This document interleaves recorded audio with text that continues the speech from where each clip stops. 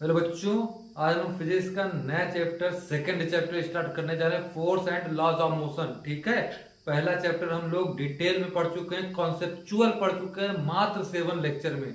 एक 15 मिनट का short video भी पढ़ा है, उसमें भी डिटेल एक्सप्लेनेशन में पूरा चैप्टर रिवाइज करा दिया है, आप जाके देख सकते हैं। ठीक है। कमेंट बॉक्स में, डिस्क्रिप्शन में या लिंक कहीं पड़ा होगा। ठीक है। या मेरे चैनल पे जाके स्टडी मेक्स इम्प्रूव पे देख सकते हैं। ठीक है। तो नया चैप्टर स्टार्ट करने जा रहे हैं, force and laws of motion. Laws of motion. ठीक है। ज्यादा बड़ा चैप्टर नहीं, बहुत कम टाइम लगेगा। तो सबसे पहले उठाते हैं फोर्स क्या है, व्हाट इज फोर्स। तो फोर्स क्या है जनरली? फोर्स कुछ नहीं है। फोर्स क्या है? पुश और पुल है। पुश और pull on the object. Pull, force push और पुल ऑन द ऑब्जेक्ट। ठीक है।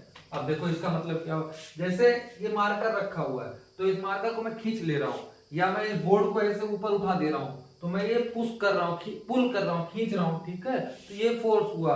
ठीक है। मैं किसी चीज को ढकेल रहा हूँ, बैग को ढकेल रहा हूँ, किसी भी डेस्क को, चेयर को ढकेलता हूँ। ढकेलना, ढकेलना, खींचना, इसी को क्या बोलते हैं? फोर्स बोलते हैं। पुश मतलब ढकेलना, पुल मतलब खींचना। किसी भी चीज को ढकेलना या खींचना ही क्या होता है? फोर्स होता है। तो जनरली कुछ भी नहीं है।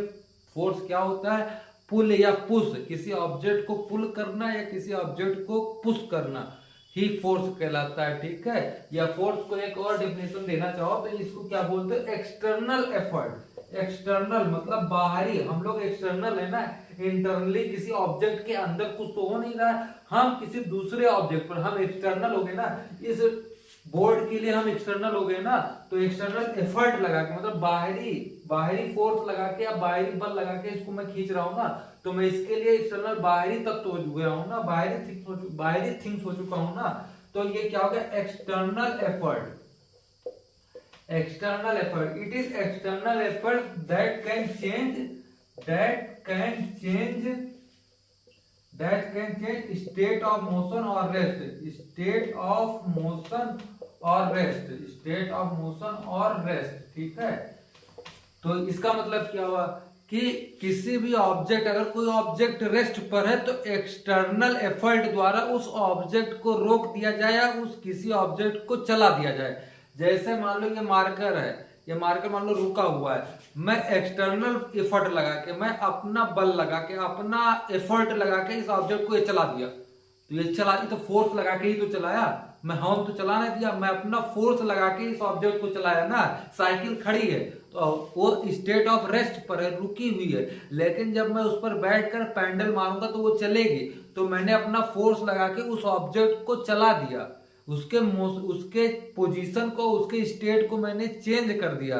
तो क्या हो गया तुम्हारा? ये एक्सटर्नल एफर्ट के द्वारा उसके स्टेट में चेंज कर दिया, तो उसको भी फोर्स बोलते हैं। उसकी वजह से ही तुम्हारा चेंज आया। ठीक है। कोई ऑब्जेक्ट रेस्ट पर रखा हुआ है, तुम फोर्स लगा के चला दिए तो उसके स्टेट में चेंज हो गया। तो क्यों चेंज हुआ?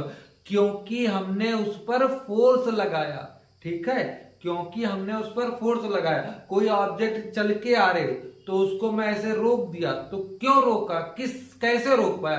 अपने फोर्स की वजह से उसको रोका ना। तो मैंने एक्सटर्नल एफर्ट डाल के उसको रोका, तो जो मैं रोक रहा हूं यही फोर्स हो गया। तो मैं फोर्स देके ही उस ऑब्जेक्ट को रोक दिया। तो जनरली तुम्हारे फोर्स की दो डिफिनेशन बोल सकते हो, एक पुश और पुल ऑन द ऑब्जेक्ट। किसी ऑब्जेक्ट को पुश कर ले या पुल कर दे तो वही फोर्स होता है। जैसे कहीं कहीं दरवाजे पर लिखा होता है पुल या पुश, तो उस ऑब्जेक्ट को खींचते हैं या ढकेलते हैं तो अपने फोर्स से ही, तो उसी को फोर्स बोल दिया, अपने फोर्स से तो उसको पुल करते हैं, खींचते हैं या ढकेलते हैं, तो वही तुम्हारा क्या हो गया? फोर्स हो गया।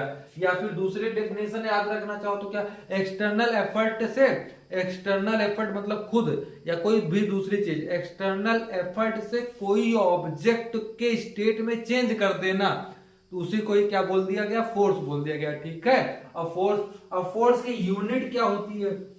यूनिट मतलब किसमें मेजर करते हैं? जैसे स्पीड होता है मीटर प्रति सेकंड, पहले लेक्चर में डिटेल में समझाया। स्पीड, वेलोसिटी, एक्सीलरेशन क्या होता है, अच्छे से यूनिट कैसे निकालते हैं सब कुछ बताया है। तो यूनिट का मतलब क्या होता है? यूनिट में मतलब किसमें उसको मेजर करते हैं, मापते हैं। जैसे स्पीड बोलते हैं कि एक कार 10 किलोमीटर प्रति आवर से चल रही, तो मतलब 1 घंटे में एक कार 10 किलोमीटर चलेगी, ठीक है। तो वैसे उसको माप, जैसे यहां से दौड़ी 1 किलोमीटर है, तो लेंथ उसकी 1 किलोमीटर है, डिस्टेंस उसकी 1 किलोमीटर है ना, मीटर किलोमीटर जो जुड़ रहा है वो उसकी यूनिट है। तो किसमें माप रहे, एक तो बोलते नहीं ना, 1 किलोमीटर बोलते, तो किलोमीटर क्या हुआ, उसकी यूनिट हुई, ठीक है। मेरा वेट 60 है, 60 के आगे भी कुछ बोलूंगा ना, 60 केजी है ना, तो केजी क्या हो गया, उसका यूनिट हो गया, किसका, वेट का या मास का यूनिट हो गया, ठीक है। तो उसका केजी का यूनिट। वैसे फोर्स क्या होता है, फोर्स की यूनिट न्यूटन होती है, न्यूटन, ठीक है। या फिर इसको क्या बोल सकते हैं, न्यूटन को केजी मीटर प्रति सेकंड स्क्वायर। ये कहां से आया, अभी बता रहा हूं, देखो न्यूटन। अब जैसे ये बोर्ड लटका हुआ है, अब मैं इसको खींच रहा हूं तो कुछ ना कुछ फोर्स लगा रहा हूं ना, फोर्स लगा के तो मैं इसके पोजीशन में चेंज कर रहा हूं। तो देखो मैं इसको कुछ फोर्स लगा के पुल कर रहा हूं ना, पुल ही तो फोर्स है, तो मैं इसको पुल किया, खींचा, तो मैं कुछ मान लो 5 का लगाया, तो 5 क्या लगाया, 5 का यूनिट भी बोलोगे ना, 5 न्यूटन का फोर्स लगाया, ठीक है। ये मार्कर रुका हुआ था, मैं इसको ढकेलते हुए ढकेल के लेके गया, तो कुछ फोर्स लगा गया, मान लो 1, तो 1 क्या यूनिट भी तो बोलोगे, उसका मात्रक बोलोगे ना, तो 1 न्यूटन की फोर्स से मैं लगा के गया, ठीक है। तो ये तुम्हारा यूनिट हो गया। तो यूनिट ये तुम्हारा ये वाला, ये तो याद रखने वाली चीज है, ये न्यूटन साइंटिस्ट के नाम पे आया है। और ये कहां से आया, ये कैसे आया, देखो फोर्स का फार्मूला होता है F बराबर ma। ये कहां से आया, ये न्यूटन के सेकंड लॉ से आया। मैं इसको आगे समझाऊंगा, न्यूटन का फर्स्ट सेकंड थर्ड लॉ आगे मैं समझाऊंगा, ठीक है। तो ये सेकंड लॉ से आया। तो यहां से यूनिट कैसे आई, यूनिट देखो कैसे आई, मास की यूनिट क्या होती है, किलोग्राम, तो इसको केजी बोल देंगे। और एक्सीलरेशन की क्या होती है, मीटर प्रति सेकंड स्क्वायर, तो मीटर प्रति सेकंड स्क्वायर। तो फोर्स की यूनिट क्या हो गई, किलोग्राम मीटर प्रति सेकंड स्क्वायर, किलोग्राम मीटर प्रति सेकंड स्क्वायर, यहां से। एक्सीलरेशन की यूनिट कैसे पता, ये फर्स्ट लेक्चर में देखना, 6 लेक्चर मैंने फर्स्ट चैप्टर में 6 लेक्चर एक्सीलरेशन, एक ही लेक्चर में पूरा चैप्टर समझाया एक्सीलरेशन के बारे में, केवल पूरा एक लेक्चर एक्सीलरेशन को दिया, वहां से अच्छे से समझ लेना, ठीक है। तो तुम्हारा ये यूनिट हो गया। और यूनिट का ये वेक्टर क्वांटिटी है। वेक्टर क्वांटिटी का मतलब ये भी मैंने डिटेल में पढ़ाया है। वेक्टर क्वांटिटी वो क्वांटिटी होती है जिसमें मैग्नीट्यूड में न्यूमेरिकल वैल्यू के साथ साथ डायरेक्शन भी दिया जाए, तो वो तुम्हारा वेक्टर क्वांटिटी हो गया। जैसे मान लो एक कार जा रही है, एक कार स्ट्रेट जा रही है, ठीक है, स्ट्रेट सीधी जा रही है, और तुमको बोला जाए उस कार को रोकना है, तो तुमसे बोला जाए 5 न्यूटन का बल लगा के रोक दो, लेकिन ये गलत है। 5 न्यूटन का फोर्स लगाना, किधर लगाना, ये भी तो बोलना पड़ेगा ना। मान लो देखो नोट कर लिया, नहीं तो पॉज करके नोट कर लेना या स्क्रीनशॉट ले लेना। मान लो एक कार है, ये कार 5 मीटर पर सेकंड से जा रही है। अब तुमको बोला जाए कि 5 न्यूटन के फोर्स से उसको रोको, तो कैसे रोकोगे, डायरेक्शन भी देना जरूरी है, क्योंकि फोर्स क्या है, वेक्टर क्वांटिटी है। वेक्टर क्वांटिटी में डायरेक्शन भी देना जरूरी है। अगर तुमको बोलते हैं 5 न्यूटन में पीछे से लगा दो, तो रुकेगी कार, नहीं रुकेगी ना। तो तुमको बोला जाए कि 5 न्यूटन का फोर्स गाड़ी के मोशन के अपोजिट डायरेक्शन में दो, तो गाड़ी के मोशन की अपोजिट डायरेक्शन में डायरेक्शन दिया गया ना। मान लो अगर ईस्ट साइड जा रही है, तो तुमको बोला जाएगा 5 न्यूटन का फोर्स वेस्ट साइड लगाओ, तो डायरेक्शन देना इंपॉर्टेंट हुआ ना।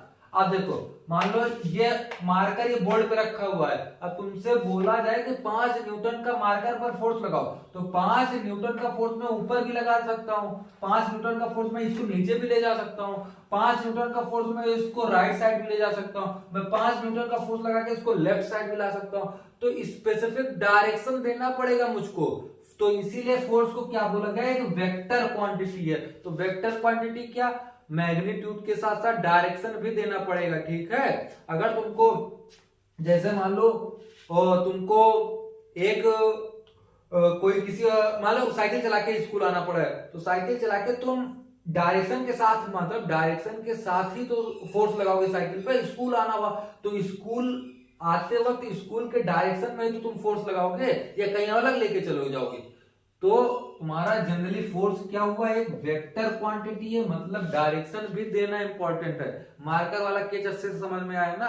अब जैसे हम क्रिकेट खेलते हैं ना, तो हम फोर्स किधर भी लगा सकते हैं ना, जैसे फोर्स इंपल्स भी होता है। अब इसमें सेकंड, जब इसका सेकंड थर्ड या लेक्चर आएगा तो अच्छे से तुम्हें बताएंगे कि क्रिकेट बैट पे बॉल कैसे लगती है, पूरा डिटेल में बताऊंगा। तो देखो हम क्रिकेट खेलते हैं तो ऐसे शॉट मारते हैं ना, तो फोर्स लगाते हैं, तो फोर्स हम इधर भी बॉल मार सकते हैं, इधर भी बॉल मार सकते हैं, इधर भी मार सकते हैं। तो जनरली हम कहीं भी डायरेक्शन इंपॉर्टेंट है। मान लो स्ट्रेट ड्राइव करना है, तो मेरे को स्ट्रेट ड्राइव सीधा फोर्स लगाना पड़ेगा ना, बैट को बॉल पे सीधा स्ट्रेट ड्राइव करना पड़ेगा ना। अगर मेरे को लेग पे मारो तो मैं लेग पे फोर्स मारूंगा ना। तो इसीलिए डायरेक्शन देना इंपॉर्टेंट है। फोर्स क्या हुआ, जनरली एक वेक्टर क्वांटिटी हुआ, ठीक है। अब फोर्स देखो, पूरा फोर्स अच्छे से डिटेल में समझ में आ गया ना, फोर्स क्या होता है। अब देखो, अब फोर्स की प्रॉपर्टी पढ़ते हैं। जनरली फोर्स क्या होता है, देखो फोर्स क्या क्या कर सकता है। देखो फोर्स, पहला फोर्स क्या करता है, ये रुके हुए ऑब्जेक्ट को भी चला सकता है। कैसे, मान लो कोई कार रुकी हुई है, तो तुम पीछे से धक्का देके उस कार को मूविंग स्टेट में ला सकते हो ना, तो फोर्स ये भी कर सकता है। तो फोर्स में क्या करता है, फोर्स में stationary object to moving object, stationary to moving object, मतलब स्टेशनरी ऑब्जेक्ट को भी ये मूव करा सकता है।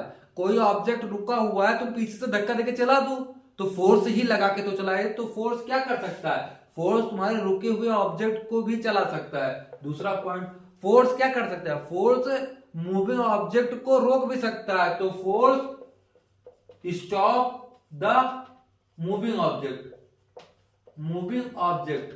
तो तुम्हारा फोर्स क्या करता है, मूविंग ऑब्जेक्ट भी रोक सकता है ना। जैसे कोई कार जा रही है तो आगे से फोर्स लगा के रोक सकते हो ना, तो तुम्हारा फोर्स मूविंग ऑब्जेक्ट को भी रोक सकता है। तो 2 पॉइंट हो गया, रुके हुए ऑब्जेक्ट को चला देगा और चलते हुए ऑब्जेक्ट को भी रोक देगा।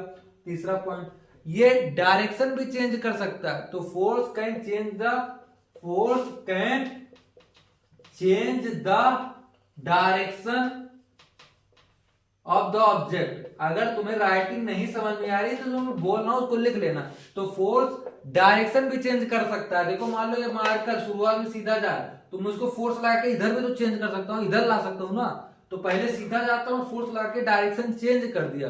तो फोर्स क्या कर सकता है, इमेजिन करो, फोर्स डायरेक्शन भी चेंज कर सकता है।